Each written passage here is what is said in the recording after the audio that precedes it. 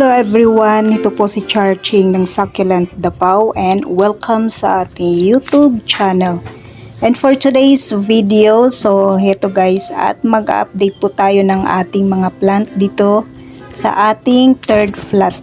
So dito na portion ay heto yung mga cactus and succulent na pinaparami pa rin po natin dito sa ating munting garden. So meron po tayong tinanim dito na mga euphorbia and then succulent.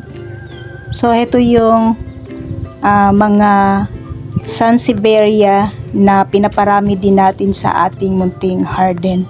So ito guys yung update sa ating silver spoon. So kinat ko siya last month, and then heto guys yung mother plant natin ng ating silver spoon. So meron na siyang dalawang pups, and then yung ating mga Adelphii. So medyo marami na yung ating Adelphii dito sa ating munting garden. And then yung ating mga euphorbia.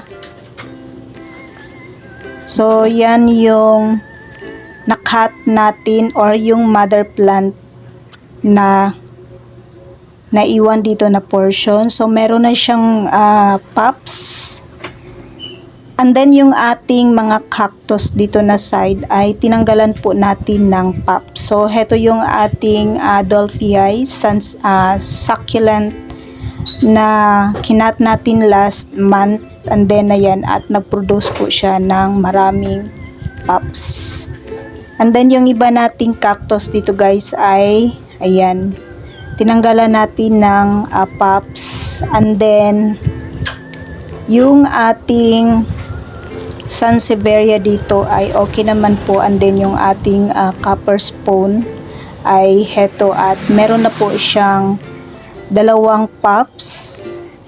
Aside dun sa head cut ay meron po tayong dalawang pups na na-propagate or nagkaroon yung ating copper spoon. And then heto guys yung pinaparami pa rin natin dito sa ating munting garden, yung ating mga succulent na medyo matitibay sila dito sa lowland. And then yung ating euphorbia, meron tayong iba't ibang variety ng ating euphorbia, and then yung ating napakalaking alos. So heto guys yung paparamihin natin na euphorbia. Heto yung pinakabago nating euphorbia dito sa ating munting garden. So iba naman po yung kulay ng ating euphorbia, para siyang maroon.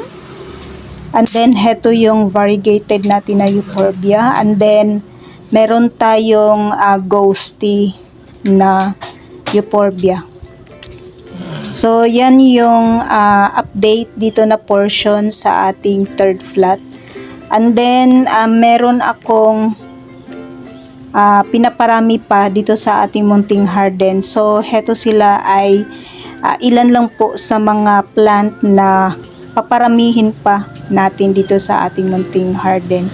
So yung ating mga euphorbia dito ay medyo malalaki na. And then heto guys yung update sa ating sansevieria. Heto ata yung second generation ng ating sansevieria. And then yung iba nating hanging euphorbia ay medyo malalago na dito sa ating vertical wall. So heto sila guys. And then ayan, at meron ng pa-flower yung ating mga euphorbia. So pinaparami din natin sila dito sa ating vertical wall. So medyo marami na yung propagation natin hanggang doon sa dulo. So yan yung mga plant na tumagal dito sa ating munting garden. And then medyo matagal na tong ating mga euphorbia dito sa ating munting garden. So yan guys yung update sa ating mga cactus and succulent dito sa ating munting garden. That's for today guys. Maraming salamat po sa inyong panonood dito sa ating YouTube channel. Thanks for watching and God bless.